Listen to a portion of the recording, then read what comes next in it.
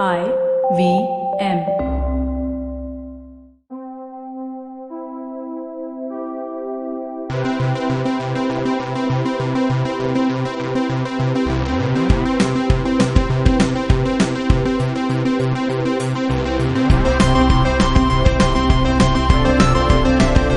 Hey everybody, welcome to a very special episode of the Geek Food Podcast with me, Tejas and Dinkar. Hello, what's up?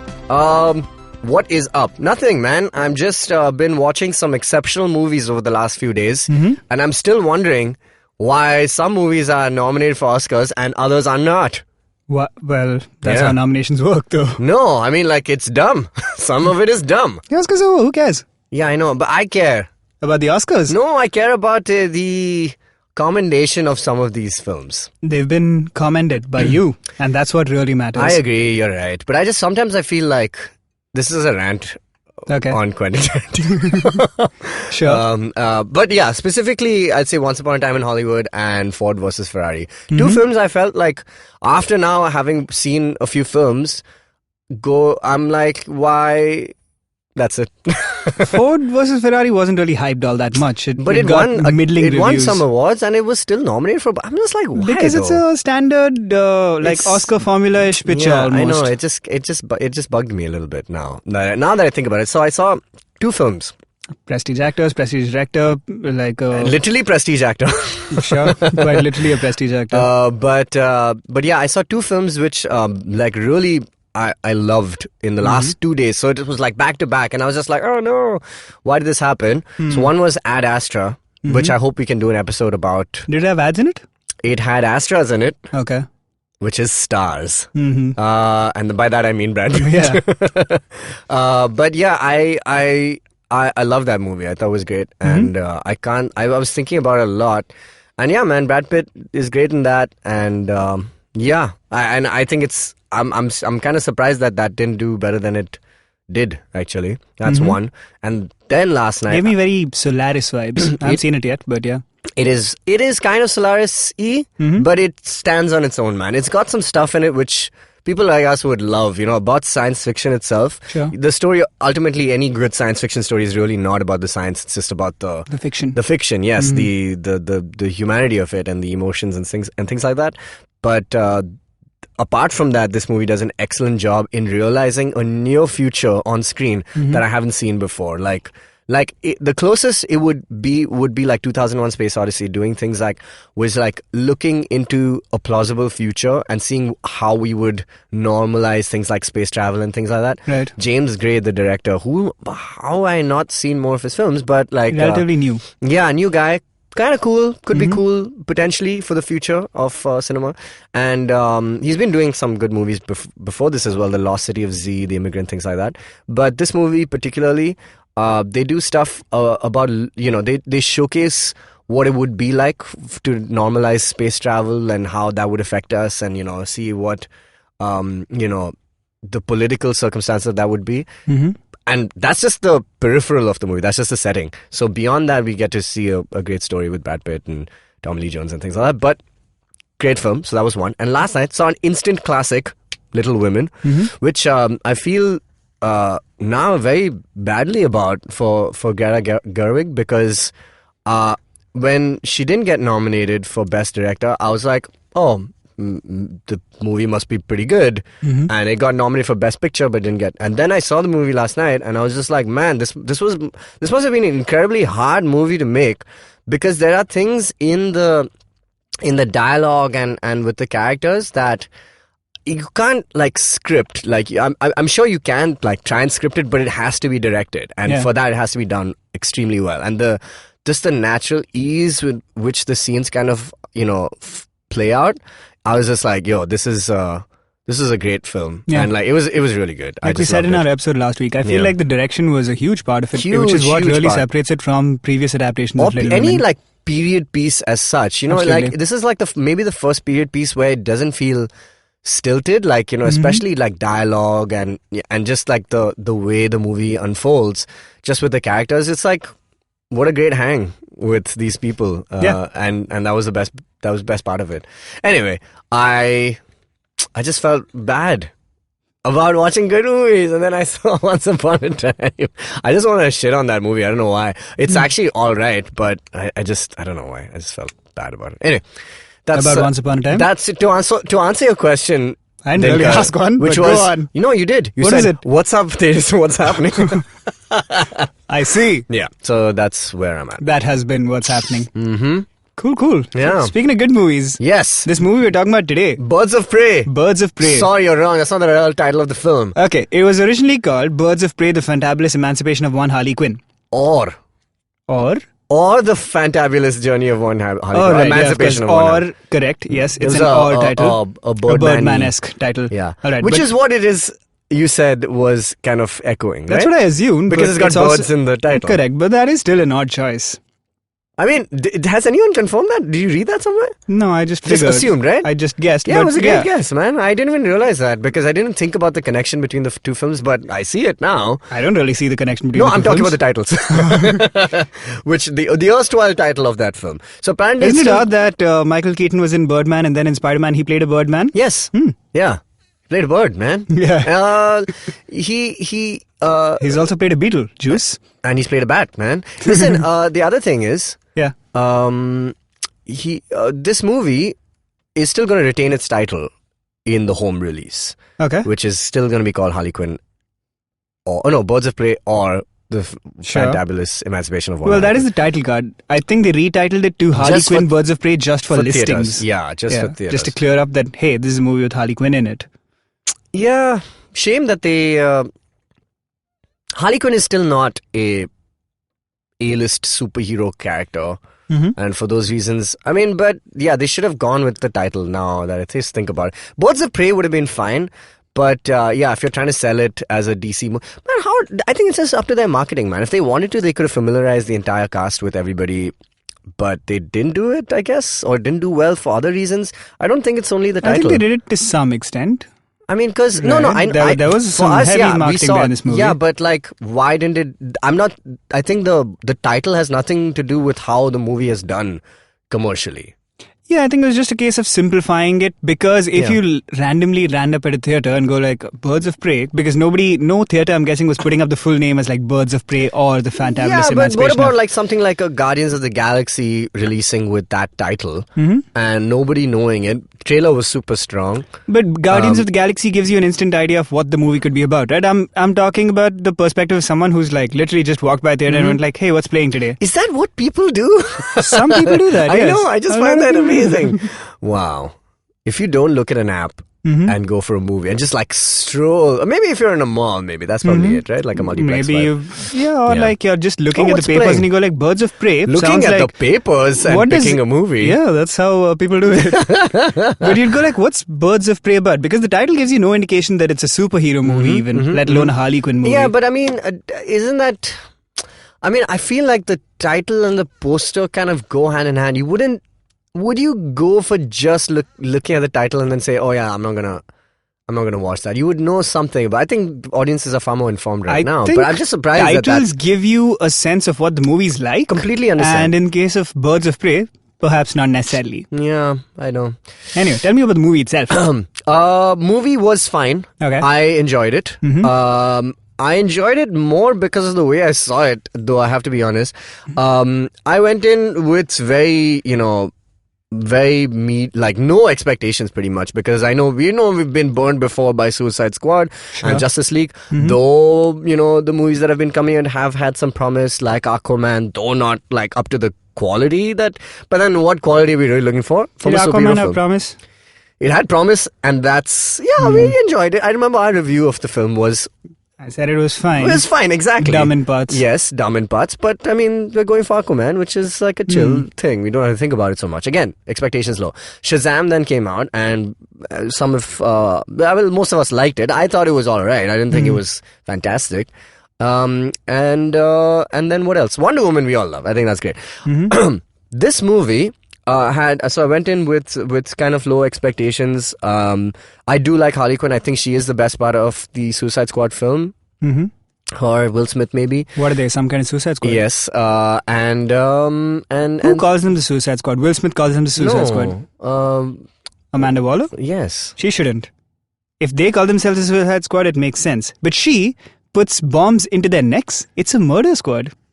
But if they... She don't murder them. She says that if you step out of line, then you're effectively killing yourself because we're gonna kill you. She's clearly like gaslighting them. Full, It's like, full oh my god, vibes. why are you killing yourself? Why are you killing yourself? Why are you hitting yourself, man? Stop hitting yourself. Exactly. Well, I mean... She's killing them. It's a Suicide Squad not because... Why are you making me do this to you? It's called Suicide Squad actually because the original comic, no lineup would make it to the end, like no complete lineup. Correct. That's how they used to do it, which is that let's get all the expendable characters and then let's kill them off like viciously, and it doesn't matter because that's the job, as Amanda Waller says. So that's why it's called that, and then they kind of reworked it into the film now. Oh, we are calling you the Suicide Squad. No. Anyway, they actually called... Stop dissecting my joke and tell me about Birds of Prey. Because they're called Task Force X. That's the name. Anyway, sorry, this is an aside. Okay. Comic book aside. Moving on. So Birds of Prey, was excited for it because I like the cast. But I didn't want to get too excited because I didn't want to get burned. And so I saw the movie and I enjoyed it. Yeah, I thought it was all right. Cool. But I mean, the funny thing was that Sobimani and I went for this. Yeah. And right next to us, there was a bunch of college girls. Sure. Like 6 of them, 7 of them, all sitting together, so excited for this movie. Really? And every time... like Harley Quinn did something awesome or cool, they would be like, "Wow!" And you know what? I enjoyed the movie a lot more because of that. Because in the beginning, I usually hate like very vocal audiences, right? Especially, I mean, unless it's like a moment like in Endgame and everyone's cheering and stuff, which I do enjoy. But like when people are talking or exclaiming at several different junctions through the film, I'm usually put off by that because I'm just like, just let it be cool and just enjoy it.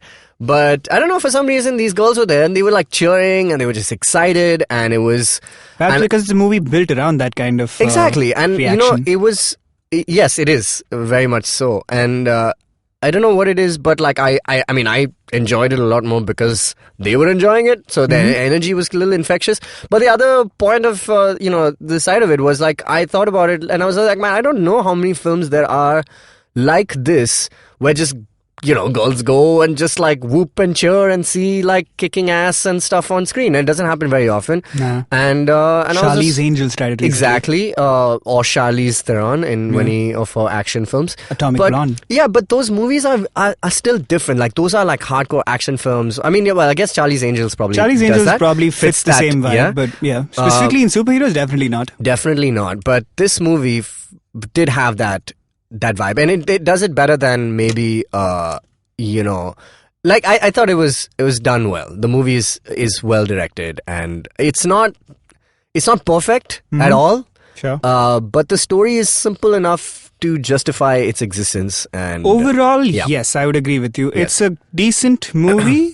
But sure, it has some issues. But overall, I ended up liking it more than I thought I would at the outset. Yes, right? Agree. Fully agree. And I actually prefer this to a movie that is similar in nature. When I say this, I mean like action, comedy, R-rated. So Deadpool is I'd say the opposite side to this, which is like Deadpool is for boys, Birds of Prey for girls. I mean, Blue unfortunately, is for boys, Pink is for girls. Unfortunately, it does feel that way. I mean, like Deadpool is this very I know girls who like Deadpool. I know. Yes, I know. I don't like Deadpool that much. I know you don't either, like as much. I think it's fine. I mean, exactly. That's my point, right? Yeah. Like, we're not gonna think about that movie a day after, it leaves the theater.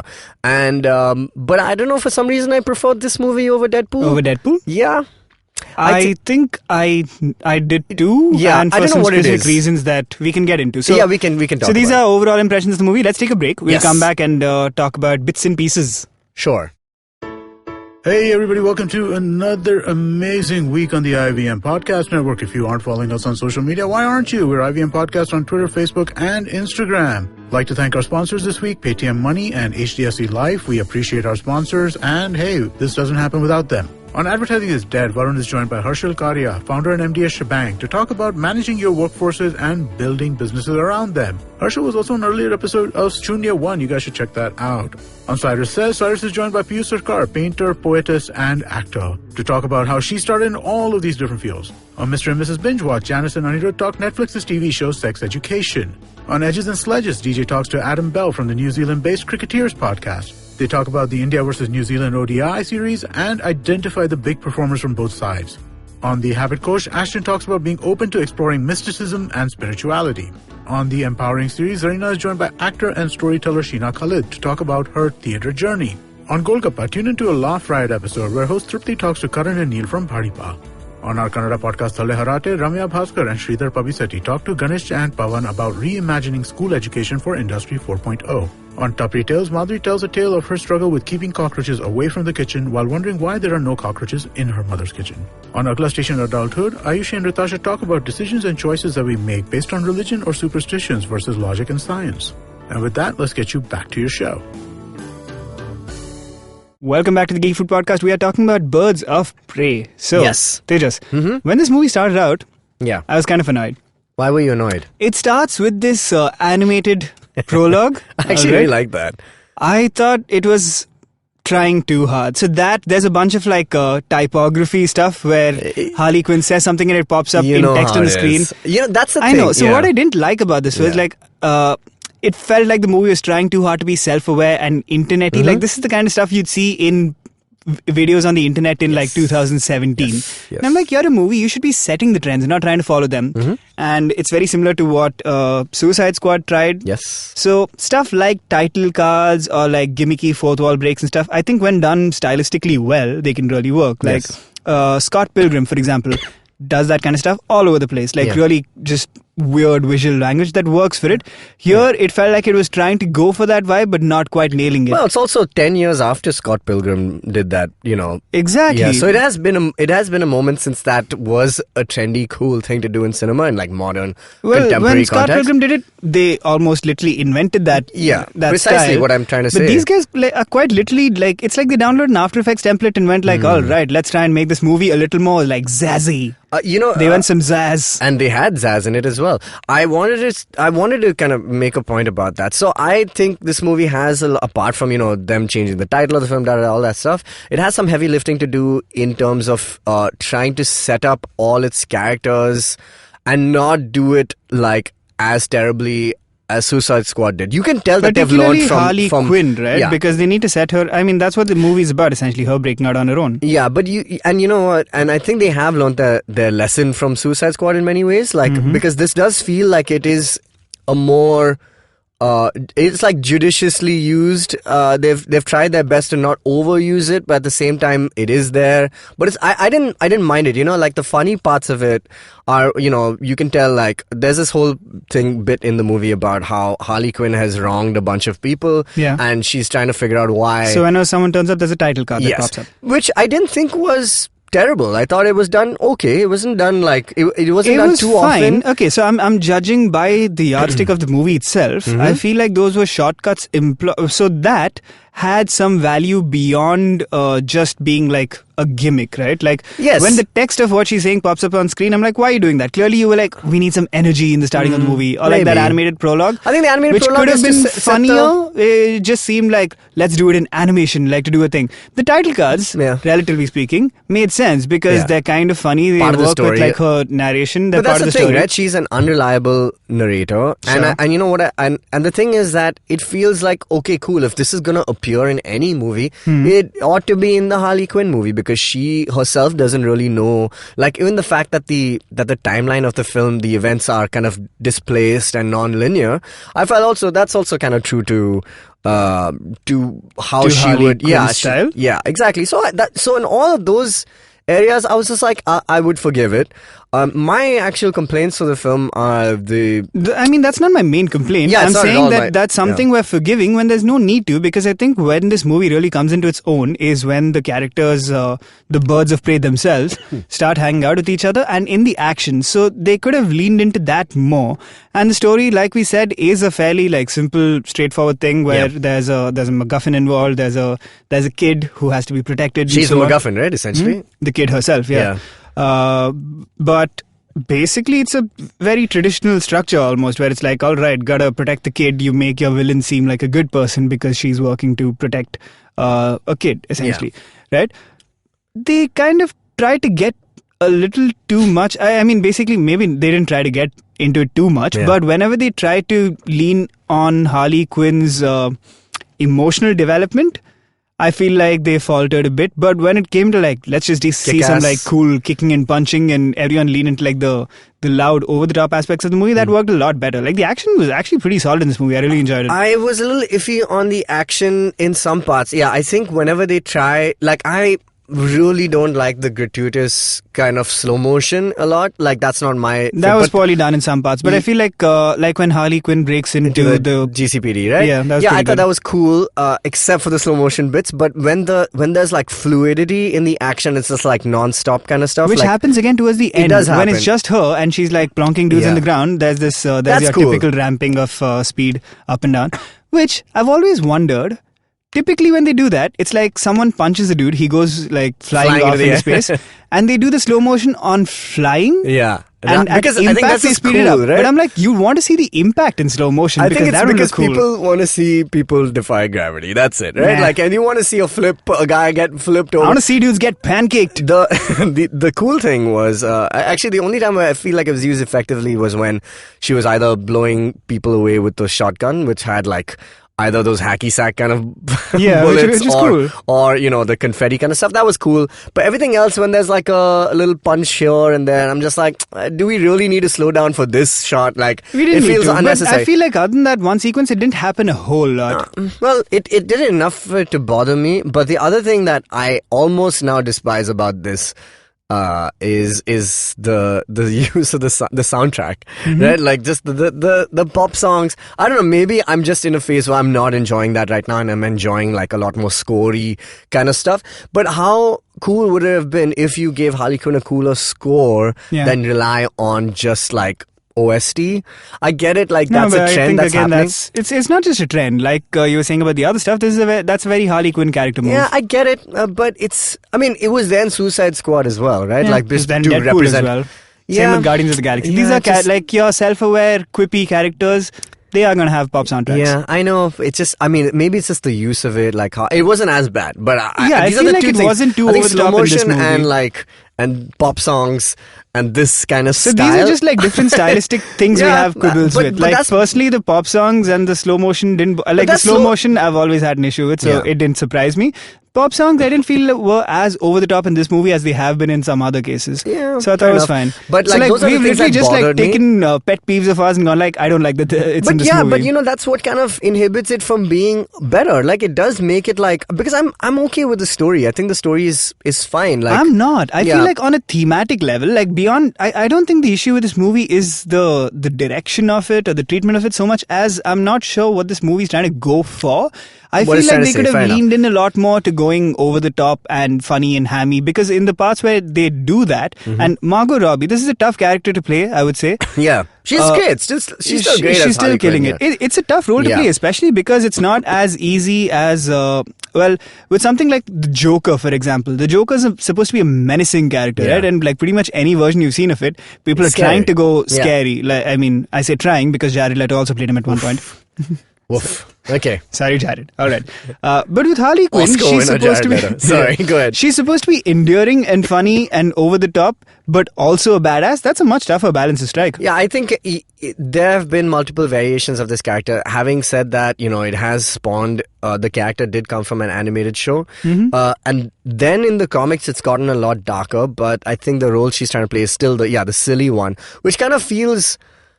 strange if you consider it compared to the Joker, who is trying to be this really kind of menacing. Imagine we see the next Joker, but it's like a Mark Hamill type Joker, and when I mean the original Mark Hamill type Joker, which is like really like silly and dumb, and I think that would be cool. So she's trying to play the Harley Quinn of that Joker, right? Like this is the Tara Strong Harley Quinn, which is cool. I actually really like that, but with cuss words and all of that stuff in between. So I think it is a hard role to play. And again, she does a good job. What I'm saying is that I feel like she does a great job in a situation that doesn't quite give her all that she needs.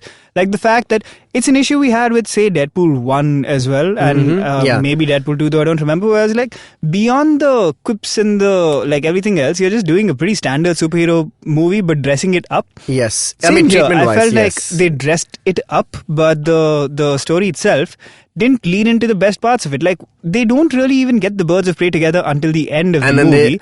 And that's the best part. Especially, like, a character like Mary Elizabeth Winstead, playing the Huntress. Super cool. Was so good. She barely gets anything to do. Like, for 90% of the movie, she doesn't even say anything. She's got, like, one line. She's a Rosa. She's Rosa in it, but she was really good. Yeah. And, like, I love this idea of her being a badass, but also really awkward. Awkward badass, yeah. It's cool. I like that.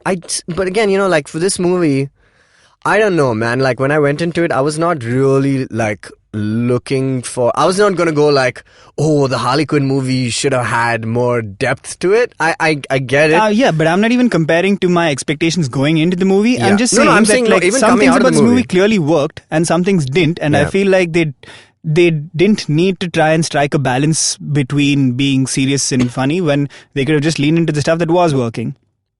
I don't know. I mean, like, I still kind of, I think whatever parts that they wanted to go for in terms of, like, say, like, you know, the fact, like, my favorite part in the movie is definitely when, the two parts, actually, I really like that about this film, was, when the guy who she's lives on, like, she's renting a place above this Chinese kind of restaurant, and the guy was just like, why? She goes up to him and she's like, oh man, why did you sell me out? And he's just like, they just gave me a lot of money. Yeah.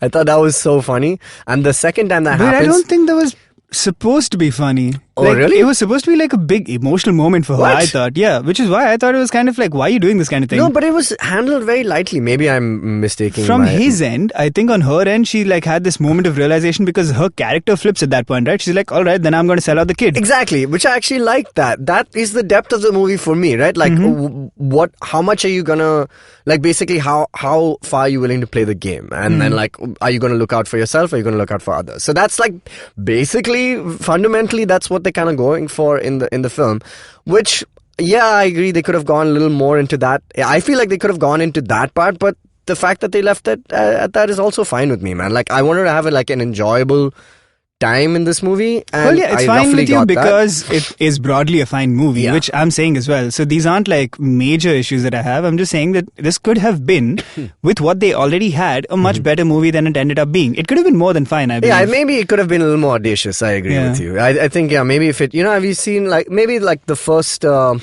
was it, Kingsman? Which was kind of like really like out there, or like Kick-Ass or something. It was really out there in terms of its like audaciousness.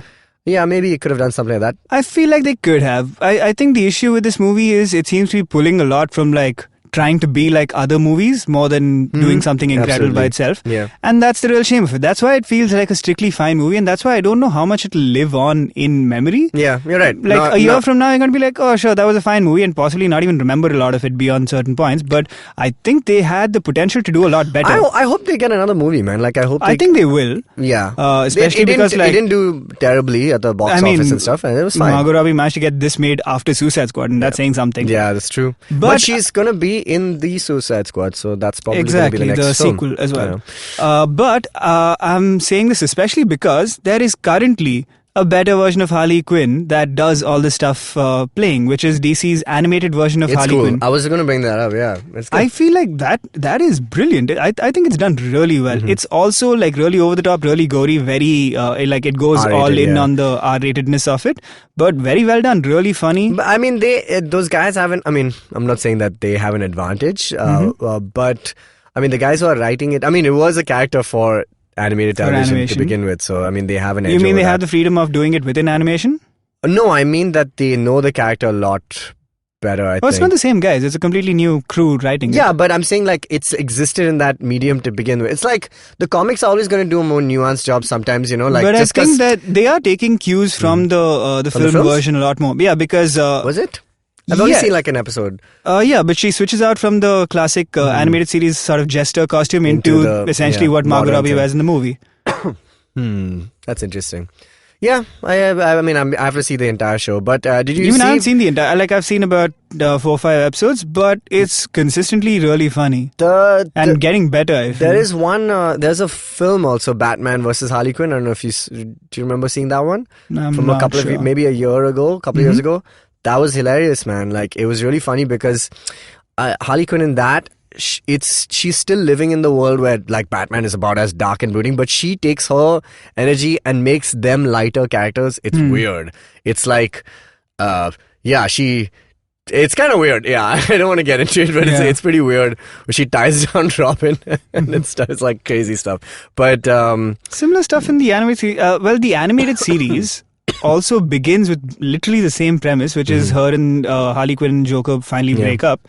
But I feel like it was done a lot better in the animated series, where like he's this... Here you never see the Joker and you don't see what she's dealing with, and there's this like, again, overly dramatic scene where it's such a like classic cliched scene almost again, like where she's about to enter the room and she hears all her friends talking about like, well, she's a doormat or whatever, which is A, not how people talk, and B, like just such an overused device that I was like, why are you doing this? As opposed to the animated series, the Harley Quinn series, where Poison Ivy, played by Lake Bell, very nicely, awesome, is just like her best friend going like, come on, man, he's a dick. Why are you doing this? And she refuses to listen and like goes back and still stays with him. And eventually like the Riddler stages this elaborate coup where he has Batman and Harley Quinn suspended over acid. And I'm going to spoil the first episode, so don't worry about it. Right. But he asks the Joker, you can only save one of them. Who are you going to save? And the Joker's like, I'm going to save Batman. Yeah, exactly. He's like, because I can't. And Harley Quinn is like, what? And she gets dropped into the acid. At which point, Poison Ivy fishes her out and says, I staged all this. Me and the Riddler were working together. Just for you to... Yeah, just to prove a point. And so it's done in... I feel like it's more true to not just the character of Harley Quinn, but a character, like a person, because... It feels more realistic, even though it's way more ridiculous, like the fact that this elaborate cartoon heist was pulled off. But it plays on a relationship that they established within just half an hour as like a great best friendship sort of thing. It is, it's good. Who's Harley got a relationship with in this movie? I mean, I guess they could have tried this style in the film, but I think, I still think the animation does have an advantage over it, just because of the years behind it. But I mean, like, see, in this movie, but they could have who does Harley Quinn have a real relationship with? It's supposed to be with the kid, but they never quite nail that. Like, it keeps coming towards it, but it's not there yet. But I mean, I still thought they both do an excellent job. Like, exactly. I think the kid is also great. Yeah, so it's none of the actors' fault. I feel like if you had brought in, say, the Birds of Prey a little earlier, or done more stuff where they were in the same room together, interacting with each other more, perhaps they could have done a better job. Like, just done a more, a better treatment of what Harley Quinn got to do, as opposed to how she did it. How she did it is all cool, I think, but what she's doing with people and in the story is Fair enough. All right. Shall we take a break and we'll come back and we shall recommend some movies for people to watch? Is that what we're doing? Okay. All right. Hey, this is Shidaditya. And I'm Amit Doshi. And we host Shunya One. It's a really fun podcast where we talk to some of the best entrepreneurs in the country. Yes, talking about everything from their startup challenges to what they're building and all the future of technologies right here. So catch us on the IVM Podcast website, app, or wherever you listen to your podcast from. Hey everybody, we're back. We're talking about Birds of Prey, but it's time for a new thing that we're going to try out at Geek Fruit, the podcast. What is the name of this show? The Geek Fruit Podcast? It's just the Geek Fruit Podcast. You got the words right. You just jumbled up the order. And you threw a colon in there. Geek Fruit Podcast. Or the fantabulous journey of one. The podcastification. Yeah. So I thought we should try to now do something for our listeners, which we have never done before, which is recommend... the rest of this is all for ourselves. One for us, one for them. It's the Amir Khan way. Yeah. No, I just thought we should start recommending things that we have been watching or reading or looking at generally. We do that quite a bit, but we do it in an unorganized, unstructured kind of way. No, and not to say that this is going to be any less than that. Or at least you're giving it a segment. Yeah, I think we're doing a segment. We're doing a segment and we're going to try... You know what a segment needs? A bumper. Yeah, well, a segment title at the least. Oh, a title. Okay. Give us a title. Okay, then cut. Oh, wait. A second. I got in there. Okay, cool. And the segment is called Suggestions. Suggested reading, holiday homework. I don't know, whatever, man. Okay. See, but I mean, we'll come up with something if this goes well. All right. But I thought we should do it because apart from watching movies and TV shows, there are a ton of things that we stumble upon across the internet and or otherwise. Mm-hmm. And perhaps it is time to let the listener into the weird world that sometimes we inhabit. Sure. Yeah. So, what have you been up to then? What have you been watching, reading, listening to that is bizarre or weird? That you wouldn't. Okay, so why this exists is because maybe it's slightly out of the ordinary, or maybe it could be ordinary as well. Maybe it could be a movie or a TV show. But I'm saying it's 2020, and the internet is full of weirder ways to consume media. You keep harping on this weird thing. I don't know what you are going to recommend. I have a thing. I don't think my thing is so weird. What's yours? I have a thing. Wait, no, Tell us. No, wait. Come on. I set it up. You take it now. Oh, fine. Yeah. Do your finale with like your super weird thing. Yes, I will. I would recommend, Okay, that's fine. I think, for people who enjoy podcasts, who might be people listening here, Yes. the WTF with Mark Maron podcast, it's one of the most popular podcasts out there. Fairly famous. Literally everyone's been on it. But of late, he's been having this like golden string of episodes, which What I is he think are doing like really of good. late? I've not heard. So I check in with his stuff every once in a while. First of all, he's a pretty solid host. I enjoy him. This has come up on one of our bulletins before, but I think he's a self-aware, cranky old dude, and that works really nicely for me. I think like I don't like say like a Joe Rogan and a Joe Rogan Experience or like a Howard Stern. You don't like those shows? Okay. No, in fact, like, well, I don't hate them, but I'm just like, these dudes are not my dudes. Mark Maron, I'm like, my a dude. lot more your vibe. I agree. They all come from like a similar place though. They're all like very classic older white male type dudes, and they've been doing it for they've all been doing years, it for man. a while. Yeah. And a lot of people I really like respect Howard Stern, for example, but I'm just like, this is not. Yeah, I know. I don't like this guy. I get what you mean about Howard Stern. Like when I was growing up and I used to come across Howard Stern clips, I was like, this guy is a fucking weirdo. Yeah, but I get like it. I get it boys. now. He is. There's no doubt about it. But there is something super weirdly honest about his approach that gets people to kind of open up to him, and he's got a knack at it. He's just really good at it. Like really respected. Yeah. But Mark Maron does the same thing, but I feel like in a vibe that I think is much more honest in a way. Yeah. But and also a lot more open. Like Very I feel open, like I with agree, especially possibly with Joe Rogan, it's more like here's what I think about what you are, and like it's still a conversation. Like a lot of stuff comes out, but that's the vibe I get, even if that's not quite literally what happens. It's not what happens, but I mean, like I actually have a lot of respect for Joe Rogan. I think he's not my kind of dude. I don't know if I'd ever be like friends with the guy ever, but he is fascinating I feel to like watch. if I'm lending, Joe Rogan Experience is what, like 18 years long or something, no, each episode? Oh, how long? I thought he was been doing the show for. No, I think he's done one episode in the 18 years he's done. They're like 4 hours long and stuff? It varies from like, for sometimes it's like 1.5 hours, but sometimes it goes on for 4 hours. But, right. but yeah, he's, I mean, the good thing about all these people is they're very effective at getting people to kind of talk. And their ways are different. Possibly, but Mark so Maron tell us does about that. this golden run of let Mark me tell Maron. you about like a bunch of episodes he's done in the recent like few months. In fact, like so these are my specific suggestions, right? Yeah. I wouldn't suggest you just jump into any random episode of Mark Maron because your mileage may vary. But he did a great episode with Ronan Farrow that just came out, which is amazing. This is, of course, a lot about who the guests are and what he managed to bring out of them. So, like Ronan Farrow, man, what an incredible dude. Of course, we already all knew that. But yeah, he manages to have this great conversation with him where they get into like a little bit of like his relationship with his mother, Mia Farrow, and how he's like trying to draw her out of shell. And of course, they talk about like the typical stuff, like him going to college as like an 11-year-old and, like all the incredible achievements he's had.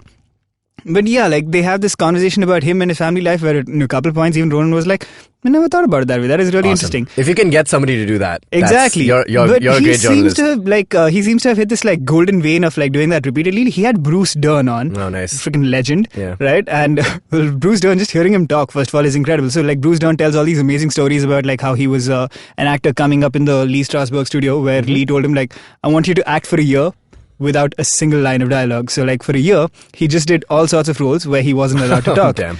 crazy stuff. And like he tells all these stories about very Once Upon a Time in Hollywood. Right? Like he tells stories about the guys actually in Once Upon a Time in Hollywood. Like James Stacey, the character played by Timothy Olyphant, is an actual guy on an actual show.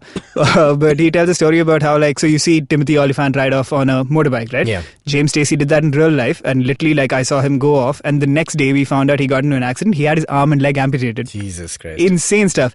And yeah, like he just goes on, and towards the end of it, Mark Maron's like, all right, man, thank you for being here. And Bruce Dunn's like, no, wait, I'm going to tell you one more thing. And it's like, he doesn't shut up. And I'm like, you can clearly see Mark Maron, like, there's probably like an agent or manager going like, we have to let Bruce go. And Bruce Dunn just doesn't stop talking. And then great. Bruce Dunn is like, I got to tell you, you are one of the most incredible interviews I've ever had. So he says, you, and he names this like British radio host who I'm not familiar with. He's like, these two might have been the best interviews of my life. Like, I know I'm not supposed to go on so long, but like you brought it out of me. Nice. And then he tells us that the British talk show host he's talking about was married to this lady called Pamela Desbarres. And Mark is like, yeah, I think I met her once and I might have her on. She does come on. She's an incredible lady. She is the lady pretty much. She's been on the show since She has been on the show since then.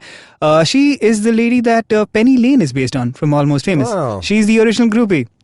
Incredible story. Great. So like she just talks about hanging with all the boys and doing the things with them. Who's Almost Famous is based on which band that it was? Cameron Crowe and Pearl Jam to a large extent. Pearl Jam, right? Okay, cool. To some extent, yeah. I mean, like it was a pastiche of like a lot of things. Yeah, like, I mean, Lester Bangs. Also, it's supposed to be. I mean, it's set a little earlier than when Pearl Jam actually kind of existed. Yeah, so the band itself is kind of based on Led Zeppelin. Is it Led Zeppelin? Yeah. Oh, okay, cool. That's why it's the guitarist with the Mystique and the cool I was thinking lead singer. The Rockstar, which is based on Judas Priest. With Mark Wahlberg. Yeah. Yeah, correct. Well, this was based on like the journalistic side of it kind of came from Cameron Crowe hanging out with Pearl Jam. Penny Lane kind of came from Pamela Desbarres. And the band kind of came from Led Zeppelin. So that's why it feels like such a all-encompassing movie in a lot of ways. Yeah. But yeah, those three I would highly recommend anybody check out. Plus another great interview with Terry Crews. Incredible dude. Terry Crews is an incredible dude. Man, yeah, but like he talks about a bunch of stuff that I had no idea he even did. Prior to his Old Spice and his NFL stuff, I guess was he an NFL guy or what is he? He was an NFL guy, but he was never like an NFL star. Yeah. So like he was he's coming into his own now. In the NFL. Like, yeah, it's awesome. Yeah, but like he's been doing incredible stuff for ages. He was like the star of Everybody Hates Chris and things like that. So like, and Are We There Yet? Like he was a big sitcom guy. Yeah, and those were like long-running sitcoms. Everybody Hates Chris was actually pretty fun. He used to be a courtroom sketch artist. What are you saying? He used to sit in... he was a really good artist and he wanted to become an artist. And this is prior to his... this is when he was in school. Oh, in school.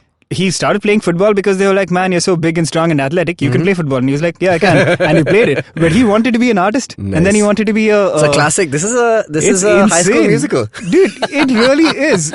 He used to sit in courtrooms and sketch like the stuff because that's a because you're not allowed to shoot. Yeah. So yeah. Yes, and just like a bunch of incredible stuff he's done that way. Oh, nice. Very cool. Nice. That's a great recommendation, man. So everyone check out WTF. What I was going to recommend was something weird.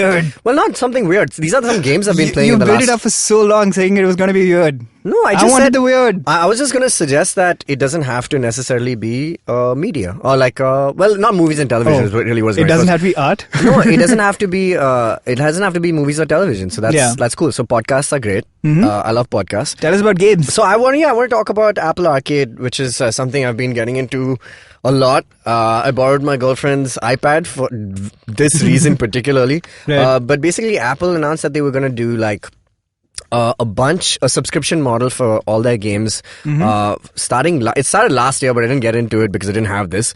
But yeah, man, it's like at 99 rupees a month here in India, obviously, and for that you get pretty much any game in the Apple Arcade list, which is like a ton of stuff done by their best developers. So they kind of sought those guys out, all the studios that made like things like games like Monument Valley. Are these exclusive to Apple Arcade? They are all exclusives. Right. So which is why it's a bit of a bummer, honestly, because if we don't have any iOS device, it's like shitty. You can't play like the next game from like studios it's obviously that you exclusive love. to iOS, but I meant are Apple Arcade games playable on the App Store otherwise? Basically, are you getting a subscription to all the games in the App Store? No. These are games developed specifically for Apple Arcade? So the App Store has different games, which I'm also playing, different thing. And I obviously recommend playing them on the iPad because all these games are made with, the idea that they want to do it on a big screen. Like, these are really comparable in, like, terms of graphics to like pretty much any game that you could play on a console, but it's on an iPad and it's touch intuitive, so it's just a different experience playing these games. Nice. And the good thing about, and what I've like kind of realized now, is that the iPad is the it's the best place for like a specific type of game, like typically indie games that we like, but more so that when we were growing up and playing all these point and click adventures, that kind of phase died out towards, I'd say, the early 2000s because, FPS came into play and basically consoles became better and better at displaying graphics in real time with RAM that was good enough for you to play like things like Call of Duty and things like that. And so those games kind of became they reached their height in popularity. Then RPGs came about, so on and so forth. And consoles kind of push you towards making those kinds of games. Of course, because they have the one is the accessibility, right? Like I mean, those games are built for like families or have kids, blah blah blah. So everybody wants to buy those. It comes from that entire Nintendo line and things like that. And because of that, this era of like 90s games which were made, point and click games were made so that they would not use a lot of RAM. Like it was kind of like using the limitations of your to create something awesome. And because of that, like companies like LucasArts, etc., kind of they shut down essentially towards like the 2000s and no one really, and there was only a handful of people like us who still like craved to kind of play that kind of game. And I feel like the iPad and Apple Arcade and things like that, well, not even Apple Arcade, they're just kind of exploring the medium, but like this is the spiritual sequel to those games. Like, in the sense, like, that era is now back because of things like touch intuitive this new medium devices. Exists, essentially, yes, right? Exactly. Which is what is so awesome Very similar about to it. like blockbuster movies and indie movies. Blockbuster movies take less risk because they just have to like open in 100 theaters. But if you can just put something up on like a streaming service, you can afford to be a little weirder. Can change and you can still get a huge audience as long as the word gets out. And the good thing about it being on Apple is the fact that, Apple does kind of own the space in terms of like, design. They're such, huge design nerds, and they pride themselves on being able to kind of craft like these beautiful things. So even the studios that they sought out to make these games are ones that have already won like Apple Game of the Year awards, things like that. So the creators of Monument Valley, the creators of like different games, like a game that I've been obsessed with on my phone is like whenever I want to kill time is this game called Mini Metro, which is just about like making a metro system for different cities and how do you connect like lines and carriages and things like that. So I love that game, and so those guys have a sequel. I believe they're playing it in the city of Mumbai right now. And there is it's happening right now in real life. Could you bust into the BMC and go like, okay guys, I have it. I've figured this one out. We've been doing this all wrong. I think everyone can say that. Literally everyone can. That is absolutely fair. And go like, hey, what if you just did this and it will be better? But having said that, so I've got the subscription and I've been playing a bunch of these games So I just want to rattle off a couple of the games which I think are really, and the cool thing about it is that these games, by nature of being on a device that is not typically like a console, they just build a different type of game. And I think that's, I was watching when we were doing Back to the Franchise and Pixar and things like that, Andrew Stanton said this one thing where he's just like, when you work on something for like 4 or 5 years, if you're going to commit to making something which is extremely difficult to make for you and committing, you better make sure it's weird and different. Because if you're going to go and make the same thing that you could in every other medium, then you're kind of losing the appeal of that thing. So I think that's the makers of the Harley Quinn movie could have taken. Exactly. Well, yeah, you're right, but they're still making it for like a mainstream. They're still releasing in theaters. You know what I mean? Like Pixar does like work on these things. Not to say that live action films don't do that. Anyway, whatever. Point is that the cool thing about these games is that they're very different from any other game that you'll play, and that is the nature and the awesomeness of like indie games. So I'm going to start off with, I'm just going to talk about like maybe a couple of games that I've been playing. So one which I finished recently is called Tangle Tower, and this is probably the most like accessible one. So Tangle Tower is is a game. It's a classic whodunit. Okay. It's a mystery like a... Who's tangled the tower up? So Tangle Tower is the name of this place. It's 2 towers actually. Like in that movie. Like a Tolkien-esque thing. Yeah. So it's 2 towers and and there's a huge extended family that lives in this mansion. Okay. And basically you play as 2 detectives. One is amazing, Grimoire and Sally. Okay. Love it. Detective Grimoire and Sally. Mm-hmm. And basically you come into this place and you basically, it's kind of, if you like Knives Out or any Agatha Christie kind of thing, it is like that. Basically you are the detective and you don't know who's kind of called you to kind of solve this mystery. You get a letter in the mail and you go in and you basically have to deal with all the suspects who are part of one giant extended family. So there are cousins, there's a huge family tree. You have to kind of work yourself through, and basically while you get into their their expositions of where they were, their alibis and things like that, and collect evidence, it's also an exploration of this family's history. So it's really, really well written. Now the great thing about this game is that it's so effectively made because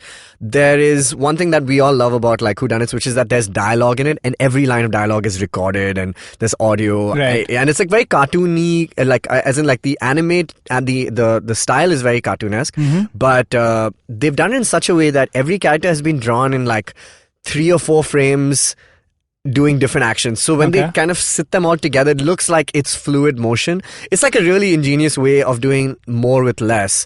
And every character is so colorful and really amazingly written and has amazing dialogue. And the plot is legit good. It's kind of surreal fantasy-esque. So there's like a few leaps of faith. But it's beautifully done and when you get into it, and this is not like a game that usually when I play these iPad games, I'm like, oh, I'm going to play and finish it in a couple of hours. Sure. This goes on for you can play it for 10 hours. That's how long and intricate and detailed it is. And it's beautiful and it's awesome. Nice. And I love these kind of games and love collecting evidence and seeing this kind of stuff. So Tangled Tower is probably one of the best games I've played on Apple Arcade so far. Brilliant. If you like this genre, it is the point and click adventure you need in 2019. It literally released in October of 2019. So it's quite fresh and really, really well made. Amazing game. Love it. So that's one. Second is a game that I have just started called... I'll talk about another game called Assemble with Care. Now, this is by the studio that gave us Monument Valley. I am struggling to remember the name. But Monument Valley, it's called Us Two Games, based in the UK. So, Us Two Games made a game called Monument Valley, which was... husband and wife, no? Yes, you might be right. Yes, set in the UK. And they gave us a game called Monument Valley, which was really unique at the time when it released, because what it did was it kind of took the MC Escher kind of style of illusion-based kind of art and put it into turn into a puzzle-based adventure game where you control a character. And it's super vague. They don't really tell you who the characters are. It's just set in this universe where monuments are respected as it's an amazing kind of setup for a game. And the way the game works is where you have to kind of rotate the screen and you can access different routes because of the way the perception is. I don't know how to explain this, but it's like the Penrose steps, just a paradox illusion.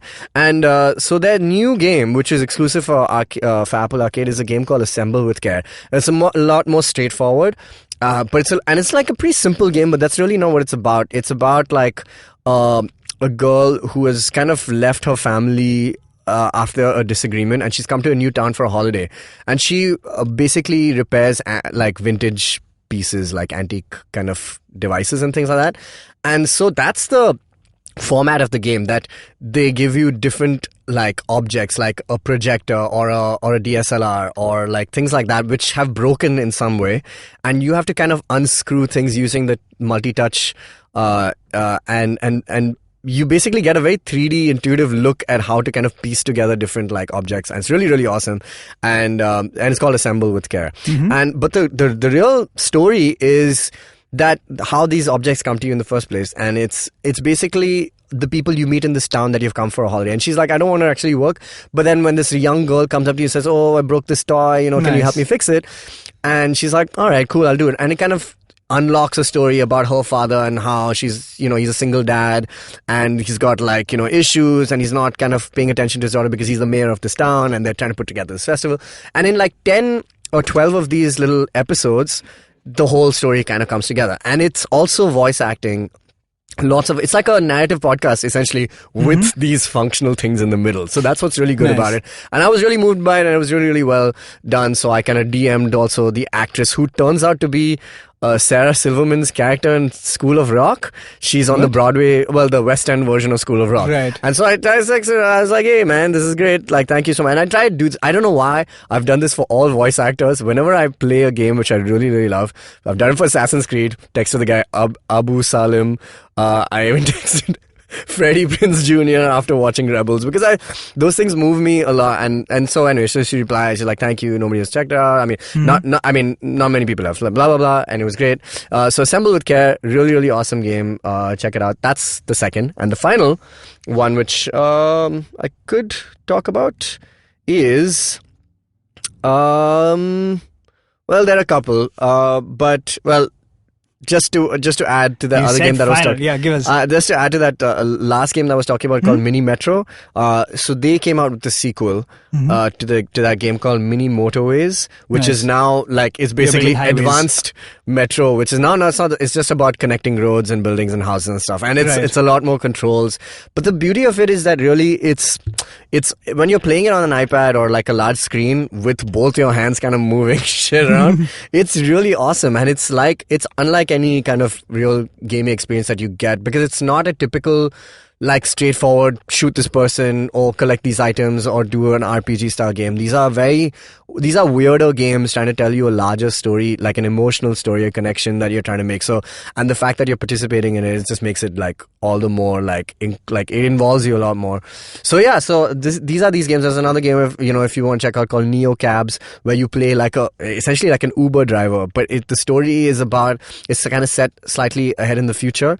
And you are moving from one town to another to go back to this girl that you love, and you have to kind of re-establish a relationship with her while running a cab, getting miles, like basically getting fares, and then talking to passengers, not getting angry with their beliefs, like kind of having those conversations. It's like weird games that you would not get generally they just exist, man, and it's just worth checking out. So anyway, that's my pool for Apple Arcade. Nice. And yeah, man. So your recommendation is Apple Arcade in general and these games in specifics? Yes. Nice. Yes, definitely. Cool. So that's our episode, I guess. Wow, we went on about the recommendation, but we'll try and keep it shorter next time. But yeah, let us know if you are enjoying any of these. We'd like to recommend more stuff that we're into in the future, as well as movies and TV shows.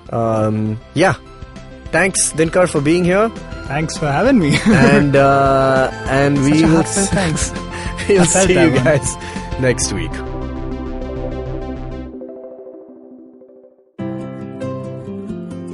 How many times have you caught yourself Googling stuff on health and wondering if it's the right information? How many times have you heard different health experts give opposing views, which has only left you confused? There are rising cases of cancer, heart, diabetes, stress, and autoimmune diseases. Meet the patients and the experts who paved the path of true healing.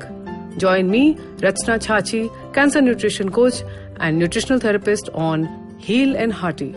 I take you through my own journey of recovery from an incurable disease and the journey of so many others who healed only via nutrition and holistic healing.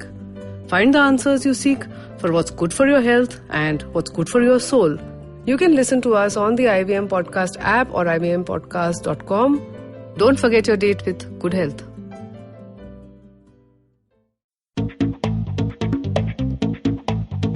Advertising is dead. Yep, you heard me right. Advertising is dead. We're all in the content business now. Let's not call it news, TV, radio, etc., etc. It's all content, and we're in the middle of this weirdly exciting phase where all the borders and lines that have been drawn over decades has been swept away by this lovely thing called the internet. We're a show where we don't dwell on just the stuff that is now, but rather the wider stuff about advertising, media, content, and the whole goddamn circus surrounding it. Tune in every Tuesday for our weekly unboxing of the mystery box we used to call advertising. I'm Varun Dugirala, co-founder and content chief at The Glitch, and this is my new podcast, Advertising is Dead.